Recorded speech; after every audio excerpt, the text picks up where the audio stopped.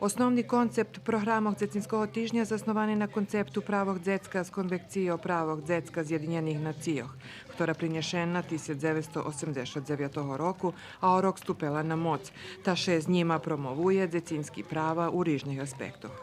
U Narodnej biblioteki Danilo Kiš u Verbaše u Dzecinskim tižnju školjare šitskih osnovnih i srednjih škola u Verbaskoj opštini, jak i mladši dzeci, hodni besplatno obnovi zljeboše besplatno upisas do biblioteki.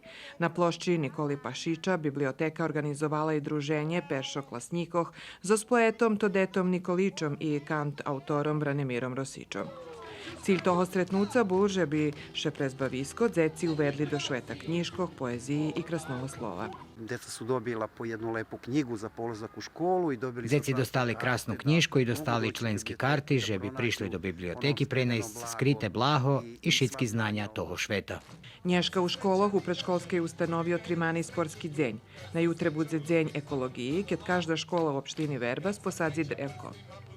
Na štvartog, 8. oktobra, školjare i predškolski dzeci naščivja Horodski muzej pod obovu galeriju, a na pijatog 9. oktobra na plošči Nikoli Pašića budu predavat dzecinski roboti. Prilog kotriše pozbera bude uplaceni na rahunog Združenjom za mentalno nedostatočno rozviti osobi.